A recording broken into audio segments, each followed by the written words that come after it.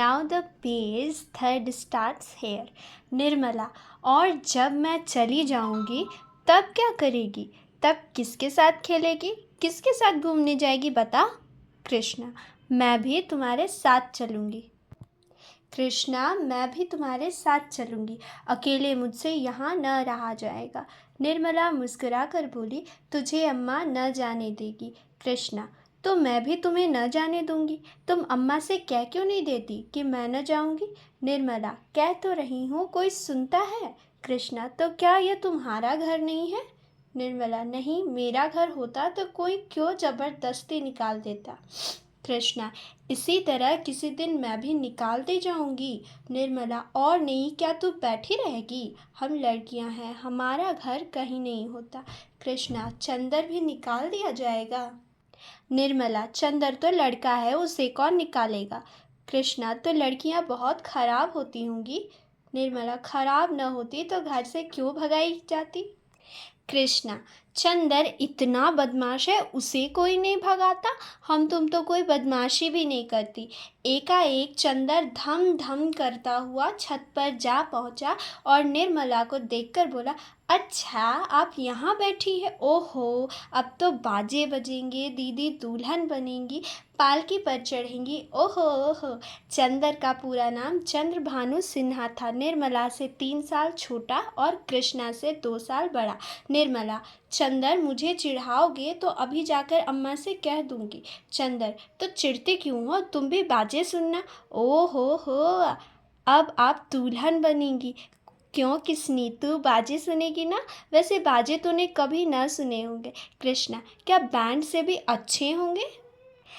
चंद्र, हाँ हाँ, बैंड से भी अच्छे, 1000 गुना अच्छे, लाख गुना अच्छे। तुम जाने क्या, माफ़ कीजिएगा, तुम जानो क्या? एक बैंड सुन लिया तो समझने लगी कि उससे अच्छे बाजे नहीं होते। बाजे बजाने वाले लाल लाल वर्दियाँ और काली काली टोपियाँ पहने होंगे, ऐसे खूबसूरत मालूम होंगे कि तुमसे क्या कहूँ। आतिशबाजियाँ भी होंगी, हवाइयाँ आसमान में उड़ जाएंगी और वहाँ तारों में लगेंगी तो लाल पीले हरे नीले तारे टूट टूट कर गिरेंगे। बड़ा मज़ा आएगा। कृष्णा, और क्या क्या होगा चंद्र, बता दे मेरे भैया। चंद्र, मेरे साथ घूमने चल तो रास्ते में सारी बातें बता दूँ। ऐसे ऐसे तमाशे होंगे कि देखकर तेरी आंखें खुल जाएंगी। हवा में उड़ती हुई परियां होंगी, सचमुच की परियां। कृष्णा, अच्छा चलो, लेकिन न बताओगे तो मारूंगी। चंद्रभानु और कृष्णा चले गए, पर निर्मला अकेली बैठी रह गई। कृष्णा के चले जाने से इस समय उसे बड़ा क्षोभ हुआ। कृष्णा, जिसे वह प्राणों से भी अधिक प्यार करती थी, आज इतनी निठुर हो गई, अकेली छोड़कर चली गई। बात कोई न थी, लेकिन दुखी हृदय, दुखती हुई आँख है जिसमें हवा से भी पीड़ा होती है। निर्मला बड़ी देर तक बैठी रोती रही।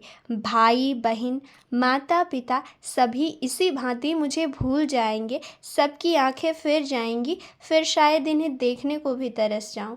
बाग में फूल खिले हुए थे, मीठी मीठी सुगंध आ रही थी, चैत की शीतल मंद समीर चल रही थी, आकाश में तारे छिटके हुए थे। निर्मला इन्हीं शोकमय विचारों में पड़ी पड़ी सो गई और आंख लगते ही उसका मन स्वप्न देश में विचरने लगा।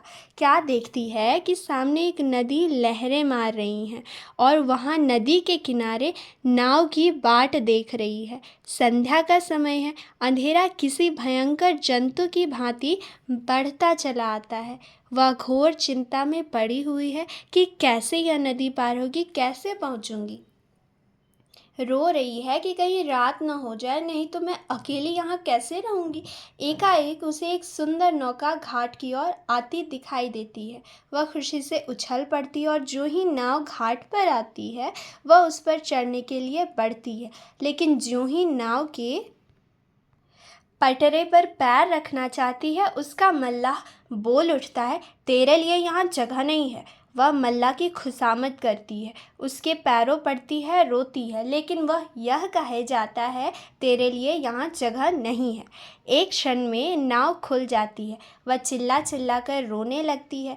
नदी के निर्जन तट पर रात भर कैसे रहेगी, यह सोच वह नदी में कूदकर उस नाव को पकड़ना चाहती है कि इतने में कहीं से आवाज़ आती है, ठहरो ठहरो, नदी गहरी है, डूब जाओगी।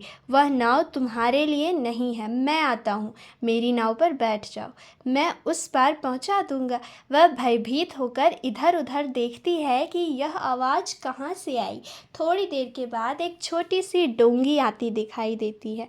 उसमें न पाल है, न पतवार और न मस्तूल। पेंदा फटा हुआ है, तख्ते टूटे हुए हैं। नाव में पानी भरा हुआ है और एक आदमी उसमें से पानी उलीच रहा है। वह उससे कहती है, यह तो टूटी हुई है, यह कैसे पार लगेगी। मल्लाह कहता है, तुम्हारे लिए यही भेजी गई है, आकर बैठ जाओ।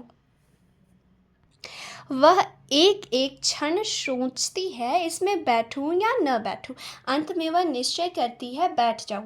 यहाँ अकेली पड़ी रहने से नाव में बैठ जाना फिर भी अच्छा है। किसी भयंकर जंतु के पेट में जाने से तो यही अच्छा है कि नदी में डूब जाऊं।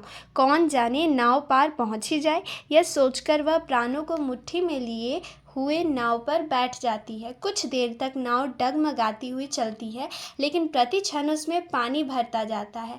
वह भी मल्लाह के साथ दोनों हाथों से पानी उलीचने लगती है, यहाँ तक कि उनके हाथ रह जाते हैं, पर पानी बढ़ता ही चला जाता है।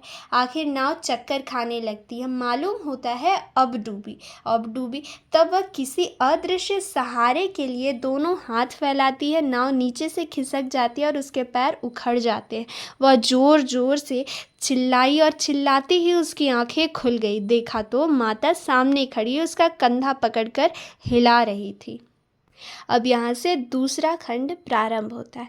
बाबू उदय भानुलाल का मकान बाजार बना हुआ है। बरामदे में सुनार के हथौड़े और कमरे में दर्जी की सुइयां चल रही हैं। सामने नीम के नीचे बढ़ई चार पाइयाँ बना रहा है। खपरैल में हलवाई के लिए भट्टा खोदा गया है। मेहमानों के लिए अलग एक मकान ठीक किया गया है।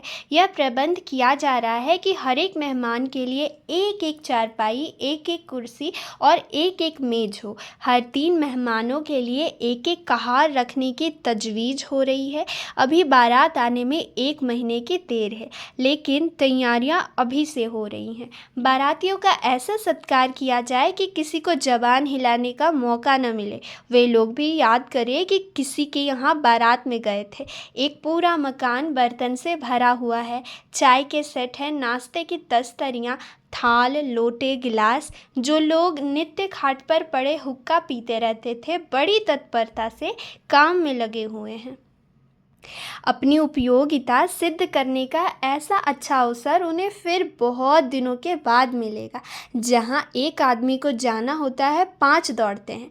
काम कम होता है, हुल्लड़ अधिक। जरा जरा सी बात पर घंटों तर्क वितर्क होता है और अंत में वकील साहब को आकर निर्णय करना पड़ता है। एक कहता है यह घी खराब है, दूसरा कहता है इससे अच्छा बाजार में मिल जाए तो टांग की राह से निकल जाऊं, तीसरा कहता है इसमें तो हीक आती है, चौथा कहता है तुम्हारी नाक ही सड़ गई है, तुम क्या जानो घी किसे कहते हैं। जब से यहाँ आए हो घी मिलने लगा है, नहीं तो घी के दर्शन भी न होते थे।